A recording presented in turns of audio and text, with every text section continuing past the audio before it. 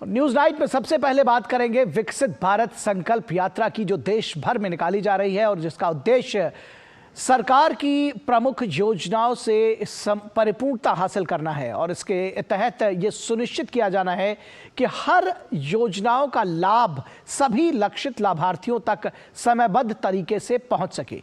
PM Modi ने आज video conferencing के जरिए लाभार्थियों के साथ संवाद कर कहा कि सरकार देश की एक बड़ी आबादी को रोजमर्रा की छोटी छोटी जरूरतों के लिए होने वाले संघर्षों के लिए बाहर निकालना चाहती है। इसलिए गरीब, महिलाओं, किसानों और युवाओं के भविष्य पर ध्यान दिया जा रहा है। प्रधानमंत्री नरेंद्र मोदी की सरकार का विकसित भारत संकल्प यात्रा के जरिए सरकार की सभी योजनाओं का भरपूर लाभ लोगों तक पहुंचाने का लक्ष्य है। वीडियो कॉन्फ्रेंसिंग के जरिए लाभार्थियों के साथ संवाद में पीएम ने कहा कि सरकार समाज के अंतिम व्यक्ति तक पहुंचकर सभी को सरकारी योजनाओं से जोड़ रही है। उन्होंने बताया कि पिछले 9 वर्षों में केंद्र सरकार की कल्याणकारी योजनाओं से करोड़ों लोगों का जीवन सुगम बना है। प्रधानमंत्री ने कहा कि गांव हो या शहर, सभी जगह विकसित भारत संकल्प यात्रा को लेकर लोगों में जबरदस्त उत्साह है। छोटी छोटी जरूरतों का ये संघर्ष देश में गरीबों को, किसानों को, महिलाओं को और युवाओं में, इन लोगों को सबसे अधिक रहा है। हमारी सरकार चाहती है कि वर्तमान और भावी पीढ़ियों को वैसा जीवन जीना न पड़े। आपके पूर्वजों को जो मुसीबतें झेलने पड़ी, आपके बुजुर्गों को जो कठिनाइयां झेलनी पड़ी, वो आपको झेलनी न पड़े। यही मकसद से हम इतनी मेहनत कर रहे हैं। पीएम ने कहा कि 2-3 दिन पहले ही विकसित भारत संकल्प यात्रा ने अपने 50 दिन पूरे किए हैं। इतने कम समय में इस यात्रा से 11 करोड़ लोगों का जुड़ना अपने आप में अभूतपूर्व है। इस दौरान 2 करोड़ से ज्यादा गरीबों के स्वास्थ्य की जांच हुई है।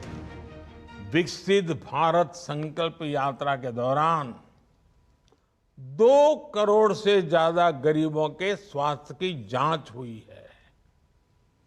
इसी समय में 1 करोड़ लोगों की टीबी की बीमारी की भी जांच हुई है। 22 लाख लोगों की सिकल सेल एनीमिया की जांच हुई है। आखिर ये सारे लाभार्थी भाई बहन, ये कौन लोग हैं?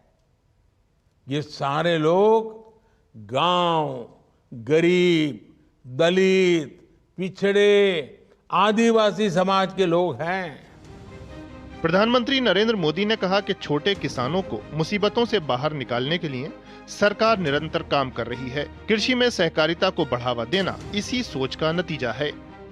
पीएम के साथ संवाद में देश के विभिन्न हिस्सों के लाभार्थियों ने अपने अनुभव साझा किए। उन्होंने सरकारी योजनाओं से मिले लाभ के लिए प्रधानमंत्री का आभार जताया। अभी किसान को विश्वास हो रहा है कि उसको मदद मिलेगी। जैसे मैंने आपसे विनती किया है कि बहुत सारी चीजें मिल रही हैं, मगर अपेक्षाएं और भी बढ़ गई हैं कि और भी मिलेंगी, क्योंकि आप हैं तो मुमकिन है। नहीं, हम हैं इसीलिए तो मुमकिन है, क्योंकि मुमकिन इसलिए होता है कि आप लोग मेरी बात मानते हैं। जिस दिन आप मेरी बात नहीं मानोगे तो कुछ भी मुमकिन नहीं है। और मैं बार बार कहता हूं कि अब हम पानी कम उपयोग करने वाली खेती करें, हम फर्टिलाइजर का दुरुपयोग न करें, केमिकल का दुरुपयोग न करें। ये जितना ज्यादा हम संयम रखेंगे, तो गुरु नानक देव जी ने हमको धरती माता की पूजा करने के लिए जो कहा है ना, हमारे गुरुओं ने जो सीख दी है, वो सीख पर हमें खेती करनी चाहिए। आपको एग्री इंफ्रा फंड की जानकारी कैसे मिली? सर, हमको इसकी जानकारी आपको कोऑपरेटिव बैंक हमारे डीसीसीबी कुदन से और कोऑपरेटिव रजिस्ट्रार कुदन से मिली सर। उनकी बहुत हेल्प करे सर। इसमें वही हमको एग्रीकल्चर इंफ्रास्ट्रक्चर में पैसे 3 करोड़ आने के लिए वही खुशी करे सर, बहुत खुशी करे। इससे ये 3 करोड़ से हमें ये 5 गोदाम बनाने के निर्णय लिए सर। हमारी संस्था के नीचे 5 गाँव आएंगे सर। 5 गाँव में 5 गोदाम बनाई सर हमने। इससे हर एक किसान भाई इससे लाभ उठा सकता है सर। लक्ष्मी जी, आपके इलाके में गारंटी वाली गाड़ी आई तो जी। कैसा स्वागत हुआ? मुझे आपका और आपके इलाके का कुछ बता सकते हैं? कि आपकी गाड़ी तो किसी छोटे से गांव में अगर पहुंच जाए तो लोगों की तांता लग जाती है। आपकी सिर्फ जुबान से बात सुनने के लिए, और तो और हो गई, योजना की तो अलग बात है, आपकी जो जुबान से निकलती है वो भाषा अमृत बाणी, उसको सुनने के लिए लोगों की लाइन लग जाती है। पीएम ने इस बात पर खुशी व्यक्त की कि सरकार के प्रयासों का बहुत बड़ा लाभ करोड़ों माताओं बहनों को मिल रहा है। उन्होंने कहा कि आज महिलाएं खुद आगे आकर नए नए कीर्तिमान स्थापित कर रही हैं। पीएम ने कहा कि पहले ऐसी अनेक बहनें थीं जिनके पास सिलाई, बुनाई, कढ़ाई जैसा कोई न कोई कौशल था, लेकिन उनके पास अपना काम शुरू करने के लिए कोई साधन नहीं था।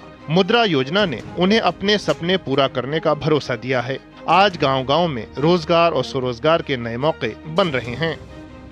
Bureau report, DD news.